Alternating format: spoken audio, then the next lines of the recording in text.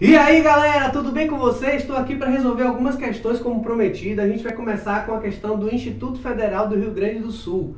Esse material eu vou disponibilizar todo para vocês, então não precisa ficar preocupado com isso, tá certo? Vamos lá. O som é a propagação de uma onda mecânica longitudinal que se propaga apenas em meios materiais. Ele falou sobre onda mecânica, ele recapitulou o que a gente já havia estudado na outra aula, e ele falou sobre onda longitudinal. O que é isso? É quando a direção de perturbação é a mesma da direção de propagação. Como assim, Alcio? Não entendi nada. Olhe bem, você tem uma mola, e aí você aperta essa mola, você comprime, você está perturbando a mola na direção horizontal. Quando você solta ela também irá se propagar na direção horizontal. Ou seja, se eu perturbo na horizontal, quando eu solto ela se propaga também na horizontal, eu chamo essa onda de onda longitudinal, tá certo? Vamos continuar. O som possui qualidades diversas que o ouvido humano normal é capaz de distinguir. Associe corretamente as qualidades fisiológicas do som apresentadas a seguir com as situações apresentadas logo abaixo. Qualidades fisiológicas, 1 para intensidade, 2 para timbre e 3 para frequência. Lembra daquela questão que eu falei que dá uma confusão entre amplitude e frequência? Essa questão vai abordar exatamente isso. Uma coisa que eu não falei foi sobre o timbre. O timbre é uma característica específica ou do indivíduo ou do instrumento musical. Por exemplo, a nota dó de um violino, a gente consegue distinguir da nota dó de um piano, por exemplo. A voz da sua mãe, ela pode ser distinguida da voz de outras pessoas. Deu para entender? Então vamos lá. As situações são as seguintes. Primeira situação, abaixar o volume do rádio ou da televisão. Quando eu falo em volume, eu lembro logo de amplitude. É o volume da onda, é o tamanho da onda. Então o primeiro aí vai ser intensidade. A gente vai marquem aí para mim o número 1, tá certo? Distinguir a voz aguda de uma mulher de uma voz grave de um homem. Perceba que essa é uma característica geral, ele não falou o nome da mulher, ele não falou o nome do homem, ele falou no geral. Então assim, características gerais, quando a gente fala em agudo e grave, a gente está falando em frequência, tá certo? Existem alguns casos em que tem mulheres com voz graves, é o exemplo de Maju aí da escola. Existem exemplos de homens que têm a voz aguda, por exemplo, Anderson Silva, o lutador.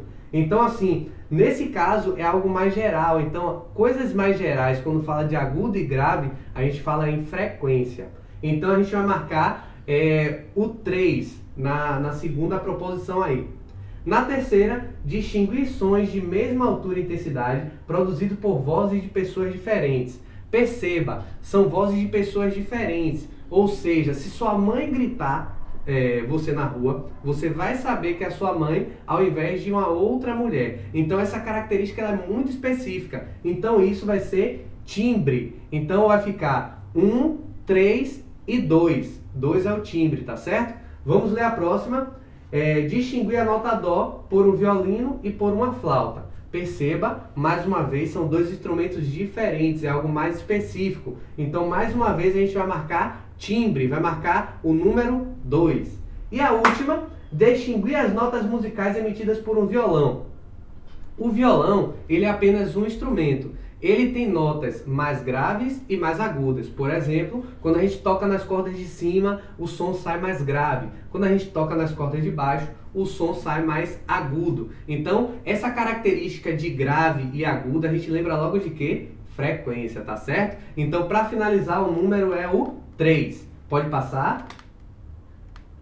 Vamos lá. Questão do Enem. Prestem muita atenção, tá certo? Vamos nessa. Nossa pele possui células que reagem à incidência de luz ultravioleta e produzem uma substância chamada melanina, responsável pela pigmentação da pele. Pensando em se bronzear, uma garota vestiu um biquíni, acendeu a luz do seu quarto e deitou-se exatamente abaixo da lâmpada incandescente. Meu Deus, é a piada da prova, né? Após várias horas, ela percebeu que não conseguiu resultado algum. Claro que ela não ia perceber resultado algum, ela estava se banhando de sol na luz, na lâmpada do quarto. Que maluquice!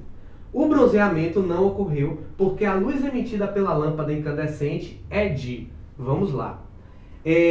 A luz do sol, ela envolve radiação ultravioleta e infravermelho. Repare, a radiação ultravioleta, como eu falei para vocês na outra aula, é quando a frequência ela é muito alta. Se a frequência ela é muito alta, ela tem um comprimento de onda baixo, dá para ela penetrar na nossa pele, inclusive nas nossas células. No caso da luz do nosso quarto, acenda aí para mim, Ferinha. No caso da luz do nosso quarto, qual é a característica dela? Ela consegue atravessar a nossa pele? Não. Isso significa dizer que ela tem uma baixa frequência e um comprimento de onda alto. Então vamos tentar resolver a questão agora. Pode apagar. O bronzeamento não ocorreu porque a luz emitida pela lâmpada é, vamos lá, baixa intensidade, verdadeiro ou falso? Falso.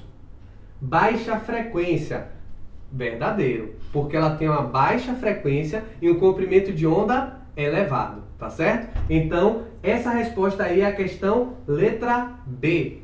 Pode passar? Vamos lá. Questão do Enem 2012, ou seja, veja que no mesmo Enem caiu várias questões de ondas e acústica. Se liguem aí, hein? Em um dia de chuva muito forte, constatou-se uma goteira sobre o centro de uma piscina coberta, formando um padrão de ondas circulares. De fato, né? Quando cai uma goteira numa piscina, ela vai formar aquele padrão circular.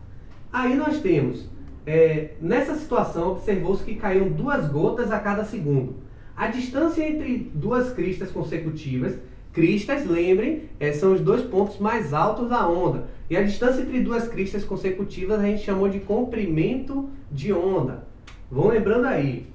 Nessa situação, observou-se que caíam 2 gotas a cada segundo. A distância entre 2 cristas consecutivas era de 25 centímetros e cada uma delas se aproximava da borda da piscina com a velocidade de 1 metro por segundo. Após algum tempo, a chuva diminuiu e a goteira passou a cair 1 vez por segundo. Perceba, ele estava caindo 2 vezes por segundo, passou a cair 1 vez por segundo. Quando eu estou falando de número de eventos que acontecem em um determinado número de tempo, eu estou falando de quê? Frequência. Então, repare, a gota estava caindo 2 gotas por segundo. Passou a cair 1 gota por segundo. A frequência aumentou ou diminuiu? Diminuiu. Se a frequência diminuiu, o que vai acontecer com o comprimento de onda? Vai aumentar. E aí, por eliminação, vamos ver? O comprimento de onda ele tem que ser maior. Com a diminuição da chuva, a distância entre as cristas e a velocidade de propagação da onda se tornaram respectivamente. Ou seja, ele quer saber o que aconteceu com o comprimento de onda. Se eu diminuir a frequência, eu aumento o comprimento de onda. Então vai ser maior. Quando eu falo maior, só pode ser a letra A ou a letra B. E aí ele está dizendo que a velocidade ou é maior ou é igual. Vamos lá. A velocidade de uma onda, ela não muda. Quando ela sai da fonte, ela continua a mesma. Por exemplo, a velocidade da luz. A velocidade da luz ela é uma constante. Ou seja, ela sempre vai ser o mesmo valor. Então nós temos, qual é a resposta certa? Letra B. Letra B de novo. Vamos lá, pode passar a questão. Em um piano, isso caiu no Enem de 2013. Perceba como as questões de ondas elas são recorrentes no Enem. É o segundo assunto que mais cai na prova. Em um piano, o Dó central e a primeira nota Dó maior, apresentam sons parecidos, mas não idênticos. Eu não entendo muito de música, eu infelizmente não tenho esse talento para música, mas como físico eu consigo responder essa questão e você como estudante também vai conseguir. Eu acredito em vocês, tá certo? Vamos ver. É possível utilizar programas computacionais para expressar o formato dessas ondas sonoras em cada uma das situações como apresentado nas figuras. Em que estão indicados intervalos de tempo idêntico T. Ou seja, quando a onda ela se forma, e aí o tempo que leva para ela se formar de novo, eu chamo de período, tá certo? Baseado nisso, vamos resolver agora a questão. Olha bem, aqui nós temos um desenho em que fala sobre o Dó central, e aqui nós temos outro que fala sobre o Dó maior. Qual é a diferença entre eles? Perceba que o padrão ondulatório ele está acontecendo mais vezes aonde? No Dó maior do que no Dó central. Vamos ver o que a questão está nos pedindo. A razão entre as frequências Dó central e Dó maior é de... Quando ele fala razão, na linguagem matemática, a gente quer dizer que é uma fração. Ou seja, É uma fração onde o Dó central vai estar em cima e o Dó maior vai estar embaixo. Perceba, qual é o período dessa onda aqui? Qual foi o tempo que essa onda levou para fazer um outro padrão ondulatório? Ela, em um período inteiro, ela só conseguiu repetir uma vez o padrão ondulatório. Então vai ser o número 1. O Dó central vai ser 1. Vamos ver como é que vai ser o Dó maior. Repare, ela levou em um período, ela constituiu o padrão ondulatório quantas vezes novamente? Ó, aqui ó, um período, aqui 2. Então o que nós temos? Nós vamos ter 1 sobre 2. E aí nós iremos marcar a letra A, tá certo? Se vocês tiverem qualquer dúvida, coloquem no chat que eu vou responder, tá certo? Pode passar. Ainda no Enem de 2013, olha quantas vezes cai, hein? Vou bater nessa tecla aí várias vezes com vocês.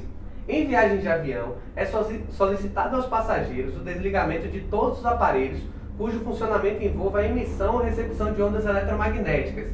Lembra que no avião, quando a gente está lá, na hora de decolar, ele fala para você deixar no modo avião? Porque até se chama modo avião, né? Vou mostrar o porquê agora. O procedimento é utilizado para eliminar fontes de radiação que possam interferir nas comunicações via rádio dos pilotos com a torre de controle.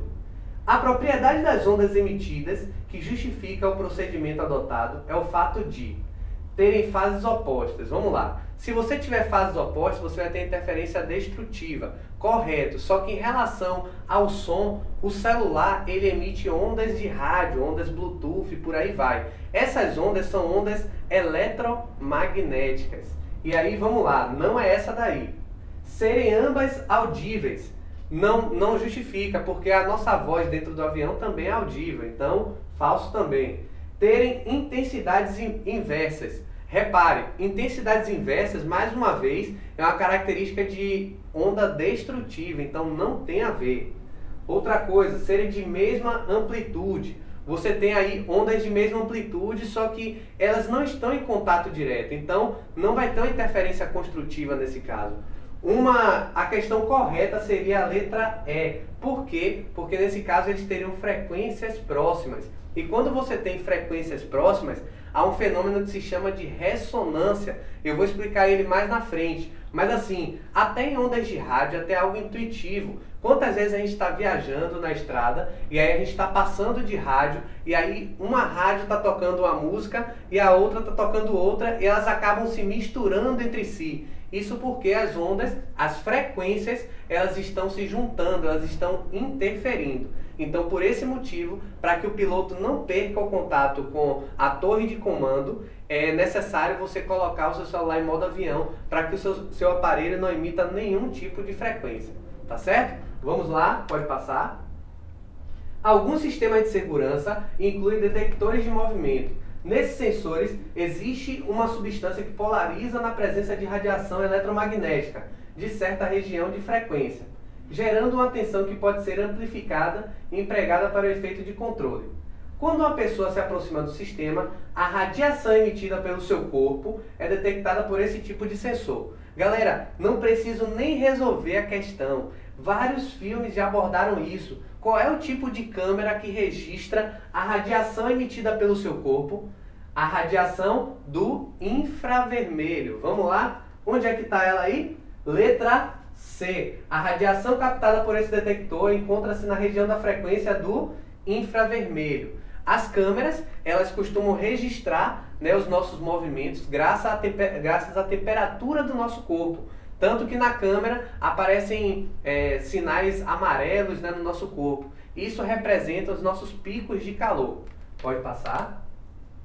Quando adolescente, as nossas tardes após as aulas consistiam em tomar às mãos o violão e o dicionário de acordes de Almir Shediac e desafiar nosso amigo Hamilton a descobrir apenas ouvindo o acorde quais notas eram escolhidas. Sempre perdíamos a aposta, ele possui um ouvido absoluto. Ouvido absoluto é uma característica perceptual de poucos indivíduos capazes de identificar notas isoladas sem outras referências. Isto é, sem precisar relacioná-las com outras notas de uma melodia. Perceba que essa questão do Enem, assim como muitas outras, ela costuma explicar qual é o fenômeno, situar você de qual assunto ela está trabalhando. Então vamos lá. No contexto apresentado, a propriedade física das ondas que permite essa distinção entre as notas é, vamos lá, as notas mais agudas e as notas mais graves. Qual é a resposta? Frequência. Onde é que ela está? Letra A, tá certo? Ok. Pessoal, muito obrigado mais uma vez e até a próxima. Um beijo do Alce. E a gente se vê.